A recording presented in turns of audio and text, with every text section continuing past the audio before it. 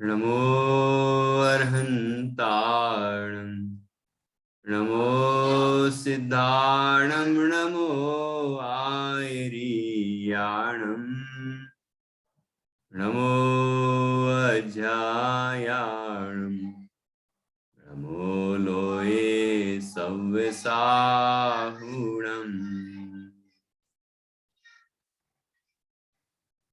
दीन भुवन में सार वीतराग विज्ञानता शिव स्वरूप शिवकार नमः त्रियोग समारिके सम्यक श्रद्धाधारी पुनि सेवहु सम्यक ज्ञान स्वपर अर्थ बहुधर्म युत जो प्रगटावन भान।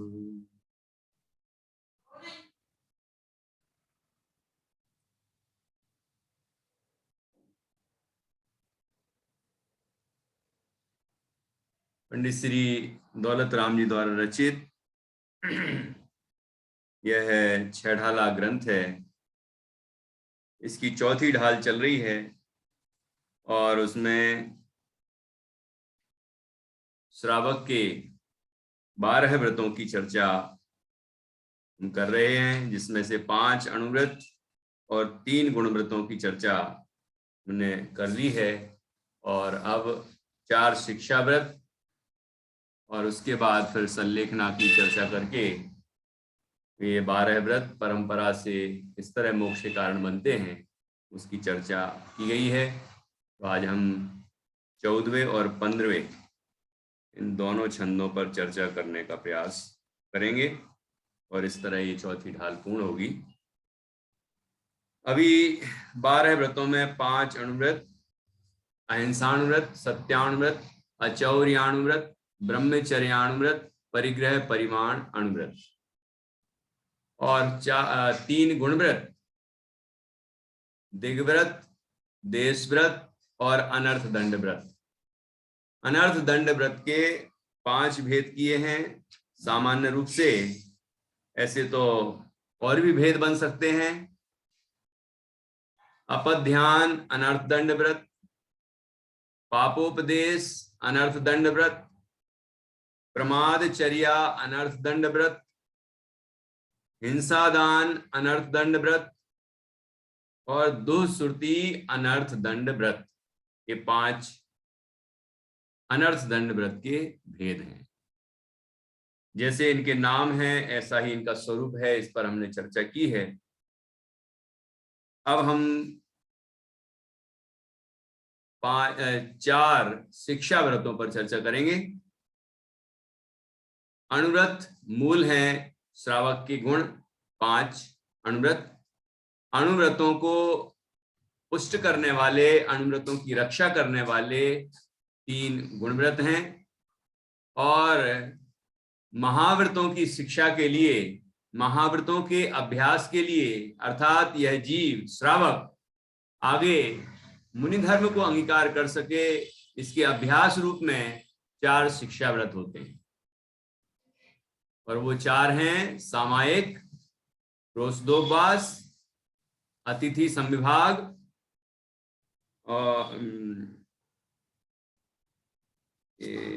और एक और छूट गया है, हाँ, भोगोपभोग परिमाण तीसरा रह गया। तो क्रम वापस फिर से सामायिक शिक्षा व्रत, रोषदोपवास शिक्षा व्रत और तीसरा भोगोपभोग परिमाण व्रत शिक्षा व्रत और चौथा है अतिथि संविभाग शिक्षा व्रत। इस तरह 4 शिक्षा व्रत होते हैं। जैसे इनके नाम हैं ऐसा इनका स्वरूप है, जो कि इस 14वें छंद में बताया गया है। तो हम वो पढ़ेंगे। सभी अच्छे से इनको नाम को याद कर लें और इनका स्वरूप भी ध्यान रखें। तो 14वां छंद है जिसमें 4 शिक्षा व्रतों का स्वरूप बताया गया है, वो हम पढ़ेंगे। यहाँ छंद पढ़ेंगे पहले और उसके बाद फिर समझेंगे। धर और समता भाव सदा सामायिक करिए, परब चतुष्टय माहि पाप तज प्रोसद धरिए। भोग और उपभोग नियम करि ममत निबारे, मुनि को भोजन दे फेर निज करहि आहारे। धर और समता भाव, अपने और अर्थात हृदय में, अपने मन में समता भाव धारण करे। समता, समता का अर्थ क्या है जानिए आप? समता का अर्थ हुआ ना किसी से राग और ना किसी से द्वेष, वो समता भाव है। विश्व के कोई पदार्थ, शरीर, मन, वाणी और बाहर के जो वस्त्र आदि हैं, या स्त्री पुत्र मकान जायदाद, या परिवार कुटुंब, या बाहर के जो भी कोई, उनका जैसा भी परिणमन हो, अच्छा या बुरा, अच्छा बुरा तो होता नहीं है, लेकिन हमारे मन को अच्छा लगे उसको अच्छा कहते हैं, हमें जो बुरा लगे उसको बुरा कहते हैं। विश्व में कोई बुरा और अच्छा नहीं होता। तो जो समता भाव धारण करता है वो किसी भी परिणाम को, परिणमन को, संयोग वियोग आदि को अच्छा बुरा नहीं मानता। समता, इसको कहते हैं समता, समान भाव, समान भाव रखता है, अर्थात किसी चीज से हर्षित नहीं होता और किसी चीज से विषाद को प्राप्त भी नहीं होता, विचलित नहीं होता, ऐसा समता भाव रखता है। धर और समता भाव सदा सामायिक करिए, कि अपने हृदय में समता भाव धारण करके सामायिक कीजिए। देखो, समता का फल भी, सामायिक का फल भी समता है, और समता पूर्वक ही सामायिक की जाती है। सामायिक से समता बढ़ती है। सामायिक कर रहे हैं, उस काल में कोई उपसर्ग आ जाए, कोई परिचय हो जाए, कोई भी तकलीफ हो जाए, उसको गिनता नहीं है साधक, और अपनी सामायिक में ध्यान लगाता है, सामायिक करता है, अपने स्वरूप का ध्यान करता है। ठीक है, और इस तरह से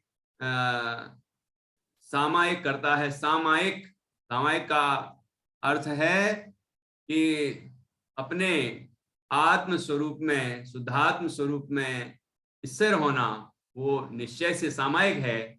और आत्म स्वरूप में स्थिरता के लिए परमात्मा का ध्यान करना, अन्य अनेक अनेक पाठ करना, मंत्रादिक का उपयोग करना है, ये सारी चीजें व्यवहार से सामायिक है। सामायिक की पूरी विधि होती है, जिस पर अपन ने पहले की कक्षाओं में दूसरे विषयों पर दूसरे एक बार चर्चा की थी। सामायिक का स्वरूप और उसके भेद प्रभेद, उसकी विधि, सब चीजों पर। तो उसमें किस तरह से सामायिक शुरू करते हैं, तो उसमें चारों दिशाओं में किस तरह से 3-3 आवर्त देकर, और सिरोन्नति आवर्त मतलब ये घूम रही है ना, क्यों जानने इत्या, ऐसे ये घुमाते हैं ना, जैसे दोनों हाथ बांध के जो घुमा रहे हैं, इसको कहते हैं आवर्त, आवर्त है ना। और सिरोन्नति मतलब सिर, सिर, ये सिर है ना, सिर पर लगाते हैं और मस्तक नवाते हैं, ये सिरोन्नति हो गई।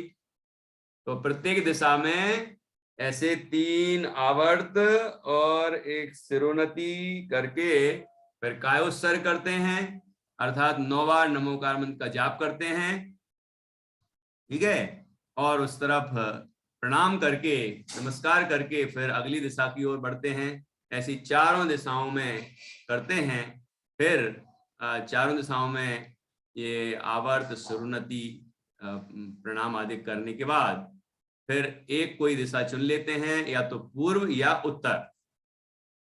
ठीक है, उत्तर से अपन नमस्कार करना शुरू करेंगे, पूरब से शुरू करते हैं, पूरब से शुरू करेंगे तो उत्तर पे पूर्ण होगा। तो अपन या तो उत्तर तरफ ही मुख करे रहेंगे या पूरब तरफ बैठकर, बैठकर या खड़े होकर, दोनों स्थितियों में सामायिक कर सकते हैं।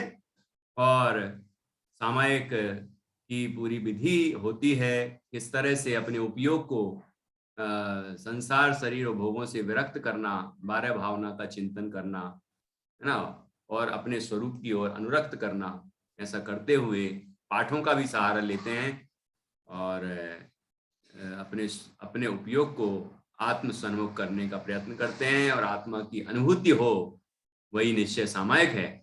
और जिस विधि से हमने शुरू किया है, इसी विधि से 48 मिनट पूरे होने के बाद सामायिक का समापन भी होता है, मतलब सामायिक पूर्ण करते हैं।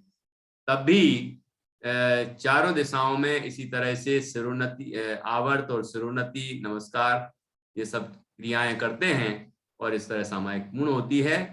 तो विधि पूर्वक करने का एक विशेष फायदा होता है और ये श्रावक इस तरह समता पूर्वक सामायिक करता है और सुबह, दोपहर और शाम 3 समय है इसके, ठीक है। सुबह, दोपहर और शाम को करते हैं सामायिक। तो इस तरह वैसे सामायिक तो और भी किसी भी समय की जा सकती है, लेकिन जो इसके संधि काल हैं उनमें विशेष रूप से की जाती है सामायिक।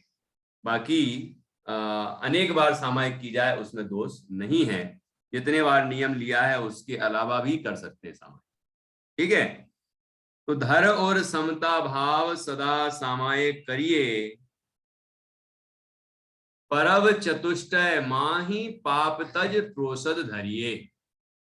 परव चतुष्टय माही, चतुष्टय मतलब 4 पर्व होते हैं। कौन से 4 पर्व होते हैं, कौन बता सकता है? जो शाश्वत पर्व है 4 और हर महीने आते हैं, वो पर्व के नाम बताओ जो शाश्वत हैं। रश्मि। अष्टानिका और 10 लक्षण। नहीं, हर महीने आते हैं।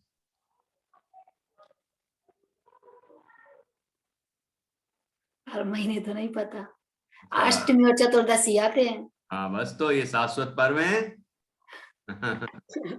यही 4 है, देखो 4 आते हैं ना।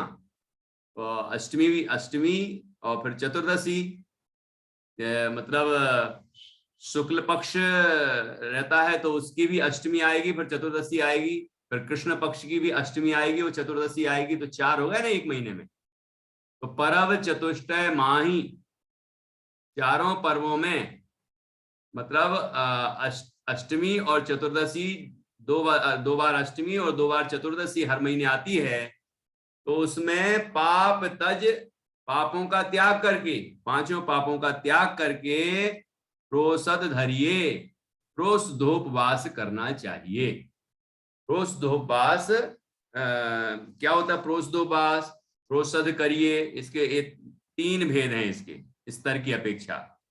प्रोसद में एकासन भी आता है, वो जघन्य प्रोसद है, ठीक है। और एकासन तो पहला हो गया जघन्य, मध्यम है उपवास और उत्तम है प्रोसधोपवास। उसको कहते हैं प्रोसधोपवास। क्या मतलब हुआ? जब हम दिन में एक ही बार भोजन करते हैं, जो भोजन का समय है सुबह का लगभग 10-11 बजे, तो उस समय में हम एक बार भोजन करते हैं और बाकी पूरा दिन साधना, आराधना, स्वाध्याय, सामायिक, भगवान की वंदना आदि इन सब धर्म कार्यों में लगते हैं। पाप तज, धर्म कार्यों में लगेंगे तो पाप छूटेंगे, ठीक है। तो वह कहलाएगा, एक बार भोजन किया तो वो जघन्य प्रोसद कहलाएगा, जघन्य। और अगले दिन उतने ही टाइम पर फिर भोजन कर सकते हैं। तो एक आसन हो गया ये, इसमें 24 घंटे में एक ही बार भोजन हुआ, ठीक। फिर होता है उपवास। तो उपवास में जैसे अष्टमी का उपवास करना है तो सप्तमी को शाम को भोजन किया था, फिर अष्टमी को भोजन नहीं करेंगे, दोनों टाइम ही, किसी भी टाइम 4 प्रकार के आहार का त्याग, और फिर नवमी में करेंगे तो वो होगा, नवमी को आहार करेंगे, भोजन करेंगे, तो वो हो गया उपवास। और प्रोसधोपवास क्या होता है? प्रोसधोपवास ये होता है जैसे अष्टमी का उपवास किया तो सप्तमी को एकासन करेंगे और नवमी को भी एक आसन करेंगे। ठीक है, तो सप्तमी को एक आसन, नवमी को एक आसन। तो देखिए कितने घंटे हो गए जितने में कोई आहार, चारों प्रकार के आहार का ग्रहण नहीं किया है। ठीक है ना। तो इस तरह से ये जघन्य हुआ एकासन, मध्यम हुआ उपवास और उत्तम हुआ प्रोष्ठोपवास। तो ऐसे ये प्रोष्ठोपवास करते हैं। परव चतुष्टय माहि पाप तज प्रोसद धरिये। चारों पर्वों में अर्थात 2 अष्टमी और 2 चतुर्दशी, इन पर्वों में पाप का त्याग करके और प्रोष्ठोपवास करते हैं। तो पाप तज मतलब जो भी 3 अभी हिंसाएं हो सकती है ना श्रावक के, आरंभी हिंसा, उद्योगी हिंसा, विरोधी हिंसा। तो ऐसी हिंसाओं का भी, उद्योग आदि का भी, व्यापार आदि का भी, आरंभ कार्यों का, घर की प्रोष्ठोपवास किया तो भोजन पानी सब चीजों से निवृत्त हो गए। तो सारे पापों से मुक्त होकर और प्रोष्ठोपवास करते हैं और धर्म कार्यों में लगते हैं। तो इस तरह ये हुआ प्रोष्ठोपवास। और फिर तीसरा है भोग और उपभोग नियम करी ममत निवारे। भोग और उपभोग का नियम करके ममत्व का त्याग करते हैं। देखो परिग्रह में, परिग्रह क्या है? ममत्व। मूर्छा परिग्रह तत्वार सूत्र में आया। मूर्छा मतलब मम इदम, यह मेरा है, ये परवस्तुएं मेरी हैं। शरीर मेरा है, वस्त्र मेरे हैं, मकान मेरा है, परिवार मेरा है, ये परवस्तुएं मेरी हैं, ये मेरा है, ऐसा भाव ममत्व है, वही वास्तव में परिग्रह है। तो उसका त्याग करते हैं। ये भोगोपभोग परिमाण व्रत है ना, तो भोगोपभोग परिमाण व्रत में भोग और उपभोग का परिमाण करते हैं। अब देखना इन्हीं 12 व्रतों में परिग्रह परिमाण अनुव्रत भी आया था। परिग्रह का परिमाण किया हुआ है जीवन पर्यंत के लिए। अब उसके अंदर ही ये भोगोपभोग परिमाण है। मतलब ये जैसे मान लीजिए नियम लिया है परिग्रह परिमाण अनुव्रत में कि मैं 10 वस्त्रों से ज्यादा नहीं रखूंगा, मान लीजिए। तो अब ये भोगोपभोग परिमाण में क्या करेंगे? आज मैं केवल एक ही वस्त्र धारण करूंगा या 2 वस्त्र धारण करूंगा। तो परिमाण में परिमाण के अंदर भी हो गया ना ये। तो ये जैसे कि दिग्व्रत और देश व्रत में अंतर था, वो जाने आने संबंधी, ऐसे यहाँ परिग्रह परिमाण अनुव्रत और भोगोपभोग परिमाण ये शिक्षा व्रत है। इसमें और परिग्रह से मुक्त हो रहे हैं। भोग का मतलब क्या? जो वस्तु एक बार ही भोगने में आए उसको कहते हैं भोग। जैसे भोजन कर लिया हमने, भोजन किया, अब वो भोजन तो एक बार कर लिया, बस हो गया। अब वो भोजन जो अंदर गया वो दोबारा थोड़ी भोजन कर सकते, तो वो भोग। ऐसे ही पानी पिया, ऐसे स्नान में जल का उपयोग किया, ये जो एक बार भोगने में आया उसको कहते हैं भोग। और जो वस्तु बार बार भोगने में आए उसको कहते हैं उपभोग। जैसे वस्त्र है, अपन ने अभी पहना, फिर धुलने के बाद फिर से पहन सकते हैं। ऐसे ही घर में जो वस्तुएं हैं हमारे, है ना, वस्त्र हैं, मकान है, ये सब चीजें जो हैं ये उपभोग है। उपभोग मतलब ये वस्तुएं बार बार भोगने में आ सकती हैं, इसीलिए इनको कहते हैं उपभोग। ठीक है। तो भोग और उपभोग नियम करी ममत निवारे। भोग और उपभोग की वस्तुओं का और अधिक नियम करते हैं। ये जितनी बड़ी मर्यादा थी जो परिग्रह परिमाण अनुव्रत में, अब यहाँ पर और मर्यादा लेते हैं और भी अधिक परिग्रह का त्याग करते हैं, भोग उपभोग की वस्तुओं का त्याग करते हैं। ठीक है ना। तो ये समय के हिसाब से भी कर सकते हैं, घड़ी घंटा महीना वर्ष इत्यादि। तो इस तरह भोग और उपभोग नियम करी ममत निवारे। और मुनि को भोजन दे फेर निज करहि आहारे। मुनि को भोजन दे फेर निज करहि आहारे, कि मुनिराज को भोजन देकर फिर स्वयं आहार करता। ठीक है। मतलब क्या कि स्वयं तो भोजन करने वाला है, लेकिन उसके पहले मुनिराज को आहार कराता है। ठीक है, अब मुनिराज अकेला लिखा है यहाँ, मुनि को भोजन दे, तो उत्तम पात्र को लिखा है। लेकिन मुनिराज के अतिरिक्त जो आरिकाएं हैं, एलक जी, क्षुल्लक जी श्रावक हैं, तो उन क्षुल्लिका हैं, है ना, या अन्य जो श्रावक हैं, जघन्य पात्र, अविरत सम्यक दृष्टि हैं, उनको भी आहार कराता है। ठीक है, उत्तम पात्र का नाम लिखा है, बाकी पात्रों को भी आहार कराता है, तो वो भी समझना चाहिए।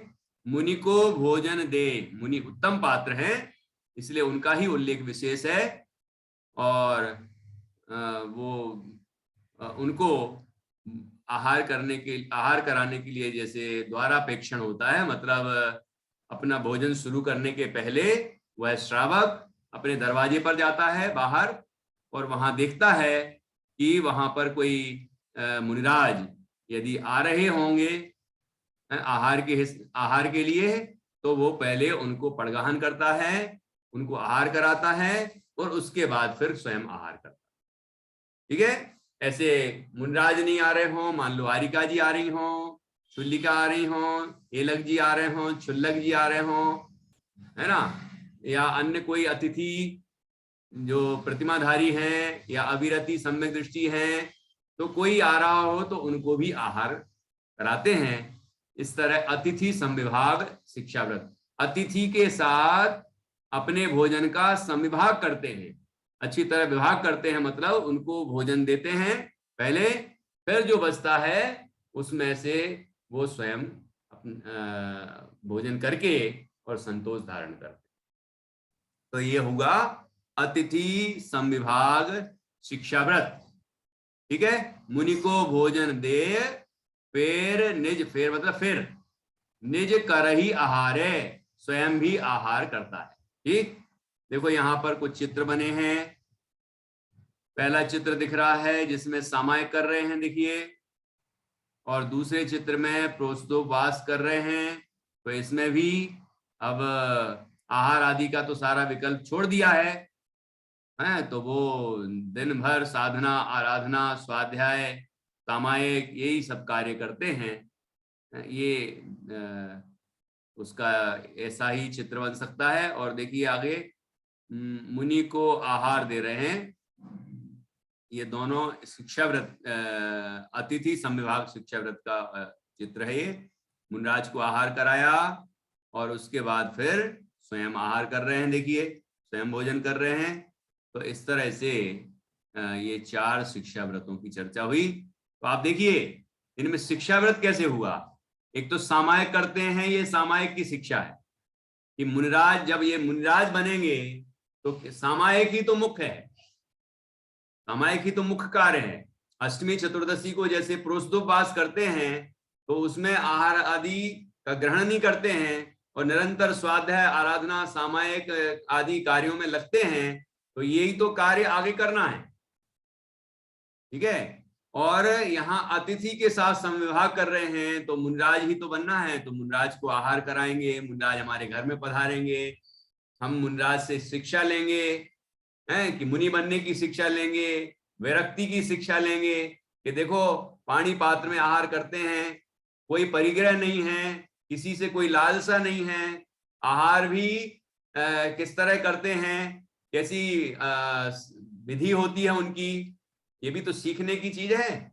और कितनी विरक्ति है, अंतराय आदि का भी ध्यान रखते हैं, पात्र का भी ध्यान रखते हैं। तो ये सारी चीजें मुनिराज जब हमारे घर आते हैं आहार के लिए तो हम उनसे सीख लेते हैं। ठीक है, तो इस तरह से अतिथि संविभाग होता है। और ये भोग में भी बताया कि और अधिक से अधिक वस्तुओं का त्याग करे, है ना, भोग और उपभोग की वस्तुओं का और अधिक त्याग करता है, क्योंकि अभी तो पूरा ही त्याग करना है। तो अभी ये त्यागने का अभ्यास चल रहा है कि और हम कितनी चीजों का त्याग कर सकते हैं, आज हम कितनी चीजों में अपना काम चला सकते हैं, है ना। तो आगे चल के तो ये सारा परिग्रह छोड़ना है। तो ऐसी भावना होती है इसमें, इसका अभ्यास होता है ये, इसलिए इनको चारों को कहते हैं शिक्षाव्रत। ठीक है, चलिए पढ़ते हैं वापस ये छंद। घर और समता भाव सदा सामायिक करिए, परब चतुष्टय माहि पाप तज प्रोसद धरिए, भोग और उपभोग नियम करि ममत निवारे, मुनि को भोजन दे फेर निज करहि आहारे। अब इसके बाद देखिए इसका अन्वयार्थ के बाद भावार्थ दिया है, वो पढ़ते हैं। सौन मुक्ता द्वारा अपने परिणाम को स्थिर करके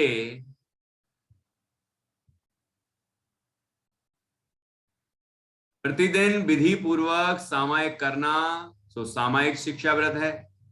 प्रत्येक अष्टमी तथा चतुर्दशी के दिन कषाय और व्यापार आदि कार्यों को छोड़कर धर्म ध्यान पूर्वक प्रोसद सहित उपवास करना, सो प्रोसदोपवास शिक्षा व्रत है। प्रोसद सहित, तो प्रोसद मतलब यही हुआ कि एक दिन जिस दिन उपवास किया है उसके एक दिन पहले एकासन और अगले दिन भी एकासन, ठीक है। और चारों प्रकार के आहार का त्याग, ये व्यापार आदि का त्याग और धर्म ध्यान पूर्वक ऐसे प्रोसद सहित उपवास करते हैं, प्रोसदोपवास कहलाता है। फिर आगे परिग्रह परिमाण अनुव्रत में निश्चित निश्चय की हुई भोगोपभोग की वस्तुओं में जीवन पर्यंत के लिए अथवा किसी निश्चित समय के लिए नियम करना, सो भोगोपभोग परिमाण शिक्षा व्रत कहलाता है ना। बड़े व्रत में और उसको छोटे छोटे व्रत लेना, मतलब बड़ी मर्यादा में छोटी छोटी मर्यादाएं लेके और अधिक परिग्रह से विरक्त होना, ये इसका उद्देश्य है भोगोपभोग परिमाण शिक्षा व्रत का। इसके बाद आया है निर्ग्रंथ मुनि आदि सत्पात्रों को आहार देने के पश्चात स्वयं भोजन करना, तो अतिथि संविभाग शिक्षा व्रत कहलाता है, ठीक है। इस तरह से ये 14वें छंद पर चर्चा की हमने। अब 15वां देखिए, यहाँ निरतिचार श्रावक व्रत पालन करने का फल। ये इसमें भी 4 पंक्तियां, नीचे 2 और आएंगी, पहले अपन ये 2 पढ़ लेते हैं। 12 व्रत के अतिचार पन पन न लगावे, मरण समय संन्यास धारी दस दोष नसावे, ठीक है।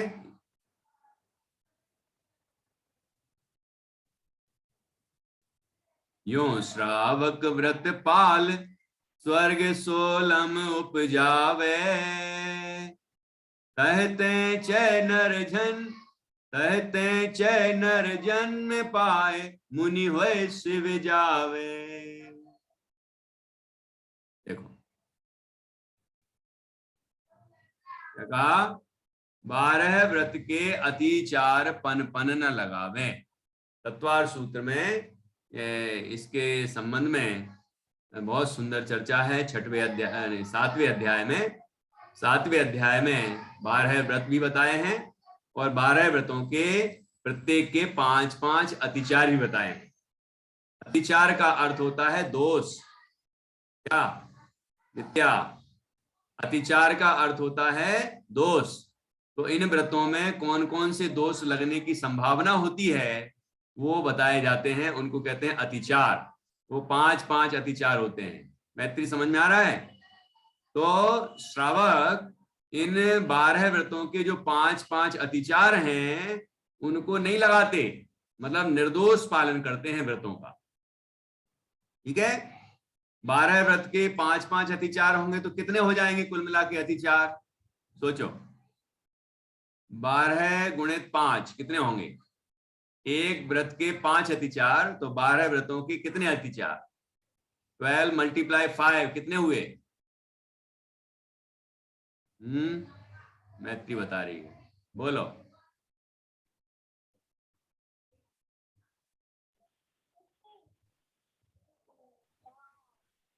बोलो बोलो। 12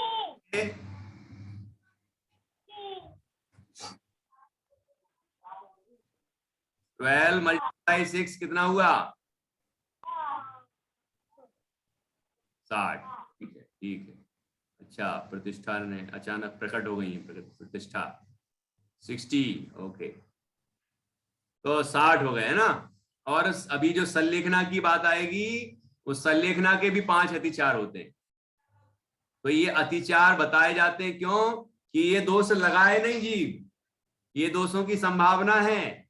ऐसा ऐसा करके भी वो सोच सकता है कि अरे मैं तो व्रतों का पालन कर रहा हूं। तो आचार्य कहते हैं ऐसे ऐसे दोष यदि लगे तो वो अतिचार हैं इस व्रत के, तो वो अतिचार नहीं होना चाहिए और निरतिचार पालन करना चाहिए व्रतों का। तो इसीलिए वो अतिचार बताए जाते हैं। और यदि वो अतिचार लग जाए तो क्या प्रायश्चित होता है उसका, वो भी बताया जाता है। ठीक है। तो यहाँ कहा 12 व्रत के अतिचार पन पन न लगावे। पन पन मतलब 5 5। अतिचार अर्थात दोष नहीं लगाते हैं। और मरण समय संन्यास धार, मरते समय क्या करते हैं? अब आयु तो पूरी होगी कि नहीं होगी? श्रावक हो, मुनि हो या कोई भी हो, उसकी आयु तो पूरी होगी कि नहीं होगी? तो इन श्रावक की आयु जब पूरी होने लग जाती है और उन्हें समझ में आता है कि अब मेरी मृत्यु नजदीक है, कोई असाध्य रोग हो जाए, मतलब ऐसा रोग हो जाए जिसका इलाज ही नहीं हो सकता है, कोई ऐसी वृद्धावस्था आ जाती है, अति वृद्धावस्था आ जाती है, कोई ऐसी परिस्थिति बन जाती है कि मृत्यु निश्चित है, तो ऐसे समय वो संलेखन धारण करते हैं, संन्यास लेते हैं। मरण समय संन्यास धारी तसु दोष नसावें, इस तरह संन्यास धारण करते हैं अर्थात संलेखना धारण करते हैं। समाधि मरण भी बोलते हैं, है ना, समाधि मरण, संलेखना मरण, तो यहाँ संन्यास मरण ऐसे शब्द का प्रयोग है। तो संन्यास मरण समय संन्यास धारी तसु दोष नसावें, और उस संन्यास के भी दोष होते हैं, मतलब अतिचार। संलेखना के भी बताए 5 अतिचार इसके भी हैं। तत्वार सूत्र के 7वें अध्याय में ये सब सूत्र में दिए हुए हैं, उसकी टीकाओं में इसका विस्तार आपको मिल सकता है, वहां से स्वाध्याय विशेष करना चाहिए। मरण समय संन्यास धारी तसु दोष नसावें, और उनके भी दोषों को दूर करते हैं। इस तरह श्रावक के व्रतों का पालन करते हुए और अंत में संलेखना धारण करके ये देह छोड़ दी, तो फिर कहाँ जाएंगे? कौन सी गति होगी? यो श्रावक व्रत पाल स्वर्ग सोलम उपजावे, कहते चै नर जन्म पाए मुनि वैश्य विजावे। यो श्रावक व्रत पाल, इस प्रकार श्रावक के 12 व्रतों का पालन करते हुए अंत में संलेखना लेते हुए मरण होने पर, समाधि मरण संलेखना मरण होने पर देह को छोड़कर वह आत्मा 16 स्वर्ग उपजावे, 16वें स्वर्ग को प्राप्त होता है। ठीक है, ये उत्कृष्ट है 16वां गृहस्थ अवस्था के, मतलब श्रावक का ये उत्कृष्ट स्वर्ग है 16वां। तो 16वें के नीचे भी आ सकते हैं, है ना, जिसके जैसे परिणाम और पुण्य हो, प्रबलता हो, उस हिसाब से पात्र के भेद से इस स्वर्ग का भी भेद हो सकता है। तो अंतिम 16वें स्वर्ग को प्राप्त होते हैं, और 16वें स्वर्ग की आयु पूर्ण करने के बाद फिर तहते चय, और वहां से चय कर, देखो वो तो हमेशा ही मुक्ति जाना चाहते हैं, श्रावक भी मुक्ति की प्राप्ति के लिए ही निरंतर प्रयत्न करते हैं, लेकिन श्रावक अवस्था में ही संलेखना ली है, तो श्रावक को तो मोक्ष नहीं होता है ना उसी भाव में, तो वो स्वर्ग में जाएंगे। लेकिन स्वर्ग से आए, वहां की सागरों पर्यंत की आयु पूरी की, और यहाँ मनुष्य बने, और मनुष्य बनके फिर उन्होंने क्या किया? कहते चय नर जन्म पाए मुनि वै शिव जावे। कि वहां से चयकर स्वर्ग से आए और नर जन्म पाए, मनुष्य जन्म प्राप्त किया, और ऐसी जगह पर मनुष्य जन्म प्राप्त किया जहां कोई तीर्थंकरों का समागम हो या उत्तम कर्म भूमि हो, जहां मोक्ष की प्राप्ति होने के सारे निमित्त मौजूद हैं, वहां पर वो मनुष्य पर्याय को धारण करते हैं और मुनि वय, और वहां पर भी मुनि अवस्था अंगीकार करते हैं, और मुनि अवस्था अंगीकार करके निर्ग्रंथ दिगंबर संत बन के और स्वरूप की साधना, जो अभी सामायिक का अभ्यास करते थे ना, यहाँ परम सामायिक करते हैं ना, सामायिक विशिष्ट परम सामायिक की दशा में धर्म ध्यान और फिर शुक्ल ध्यान प्राप्त करके और केवल ज्ञान प्राप्त करते हैं और फिर मोक्ष की प्राप्ति करते हैं। तो इसका विस्तार से वर्णन, मुनि अवस्था का वर्णन छठवीं ढाल में आएगा। तो वो कार्य यहाँ पर ये करते हैं। ये श्रावक अगले जन्म में मुनि अवस्था अंगीकार करने के बाद मोक्ष की प्राप्ति करते हैं। उसके लिए छठवीं ढाल में जैसा बताया है उस तरह साधना करते हैं। ठीक है, तो देखते हैं, इसका अपन भावार्थ पढ़ लेते हैं। जो श्रावक के ऊपर कहे हुए 12 व्रतों का विधि पूर्वक जीवन पर्यंत पालन करते हुए उनके 5-5 अतिचारों को भी टालता है और मृत्यु काल में पूर्वोपार्जित दोषों का नाश करने के लिए विधि पूर्वक समाधि मरण या सल्लेखना धारण, इसके लिए लिखा है, देखो यहाँ पर फुटनोट में, क्रोधादि के वश होकर विष, शस्त्र अथवा अन्य त्याग आदि से प्राण त्याग किया जाता है, उसे आत्मघात कहते हैं, आत्महत्या। लेकिन सल्लेखना में क्या करते हैं? सल्लेखना में सम्यक दर्शन सहित आत्म कल्याण या धर्म के हेतु से काया और कषाय को क्रस करते हुए सम्यक आराधना पूर्वक समाधि मरण होता है, इसलिए वह आत्मघात नहीं किंतु धर्म ध्यान है। ठीक है, ये आत्मघात क्या है ये पर यहाँ पर लिखा है, जहर खा लिया, किसी ने अपने आप को चाकू मार लिया, तलवार या कोई भी अस्त्र शस्त्र से मार लिया, प्राणघात कर लिया अपने, या भोजन ही त्याग दिया, ऐसा त्यागा कि वो मरी जाए, है ना, किसी ने फांसी लगा ली, किसी ने और कुछ कर लिया, तो ये ये कहलाता है आत्मघात, इसको कहते हैं आत्महत्या। लेकिन सल्लेखना ली जाती है वो आत्मघात नहीं है, वो धर्म ध्यान है।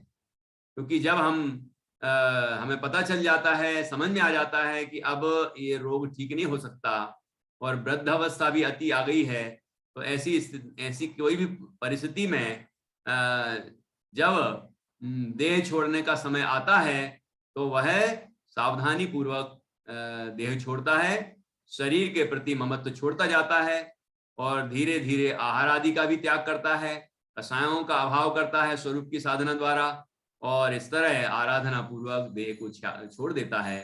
तो वह कहलाता है धर्म ध्यान, वो समाधि मरण है, सल्लेखना है, वो आत्मघात नहीं है।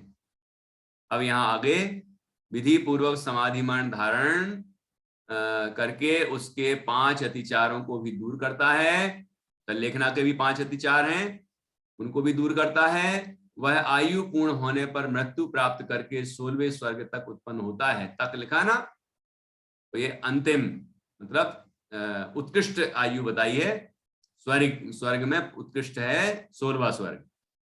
फिर देवायु पूर्ण होने पर मनुष्य भाव पाकर मुनि पद धारण करके मोक्ष अर्थात पूर्ण शुद्धता प्राप्त करता है। सम्यक चारित्र की भूमिका में रहने वाले राग के कारण वह जीव स्वर्ग में देव पद प्राप्त करता है। धर्म का फल संसार की गति नहीं है, संसार की प्राप्ति नहीं है, किंतु संवर निर्जरा रूप शुद्ध भाव है। धर्म की पूर्णता वह मोक्ष है। इस प्रकार से यहाँ हमने 15वें छंद पर चर्चा की। एक बार हम 15वां छंद वापस पढ़ लेते हैं। 12 व्रत के अतिचार पन पन न लगावे, मरण समय संन्यास धारी तसु दोष न सावे। यो श्रावक व्रत पाल स्वर्ग सोलम उपजावे, कहते चै नर जन्म पाए मुनि वै शिव जावे। इस प्रकार हमने चौथी ढाल भी पूर्ण कर ली। अब हम पांचवी ढाल की ओर बढ़ेंगे, जिससे हमारे वैराग की पुष्टि होगी और हम आगे मुनि अवस्था धारण कर और मोक्ष की प्राप्ति के लिए प्रयत्न कर सकें। आगे की ढालें बताएंगी। अभी 12 भावना की चर्चा है इसमें, पांचवी ढाल में बहुत सुंदर चर्चा है 12 भावनाओं की। और उसके बाद फिर छठवीं ढाल में मुनिराज का सकल चारित्र बताया है और फिर अरहंत अवस्था सिद्ध अवस्था तक का बहुत सुंदर वर्णन है, उसकी हम क्रमशः चर्चा करेंगे। आज हम चौथी ढाल यहाँ पूर्ण हुई और इसकी चर्चा यहाँ पूरी करते हैं। जिनको भी ये बच्चे जो हैं यहाँ पर, इनमें से कई बच्चों को तीसरी ढाल तक तो याद है, तो मैंने कहा था कि आप चौथी ढाल भी याद करें। तो किसी ने कुछ प्रयत्न किया है क्या? नहीं करो, नहीं करो प्रयत्न है? क्यों नहीं किया? चाहिए ना? अच्छा, 6 ढाला जो पूरी सुनाएगा उसको स्पेशल गिफ्ट मिलेगा, ठीक है? तो आप लोग जितना याद होता जाए करते जाइए। फिर कोई छुट्टियां भी आती हैं बीच बीच में, उनमें थोड़ा सा कर सकते हैं, मतलब आपकी स्कूली पढ़ाई है वो भी आप करिए, लेकिन इसके अलावा जो समय मिलता है उसमें आप याद करें अच्छे से, तो आगे की 3 ढालें भी याद हो सकती हैं, तो 6 ढाला पूर्ण हो जाएगी आपकी।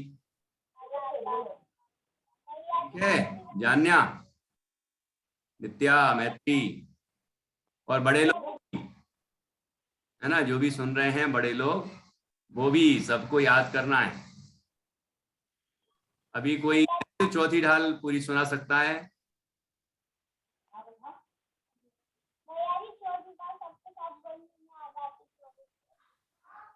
चौथी ढाल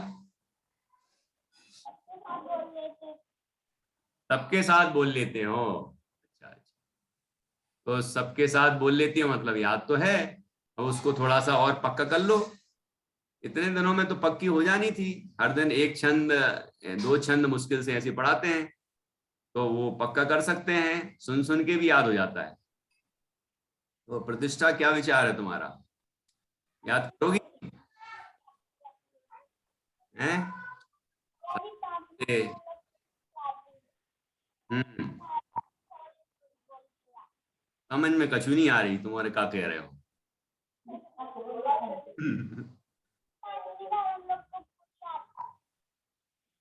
अच्छा ठीक है, और पक्की करना और अच्छे से याद करके सुना देना। 6 डाला पूर्ण होने तक जो सुनाएंगे उनको विशेष पुरस्कार मिलेगा, पूरी 6।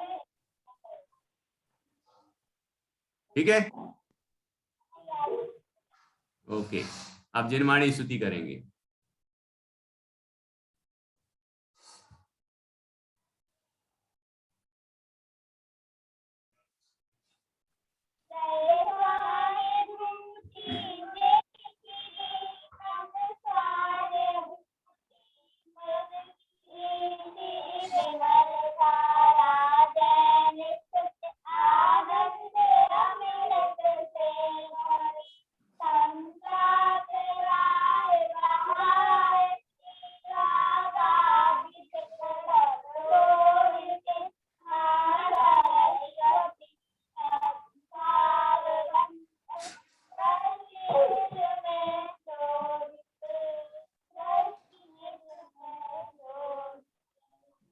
द्वादशांग निर्माणी माता की जय, जिन धर्म की जय हो।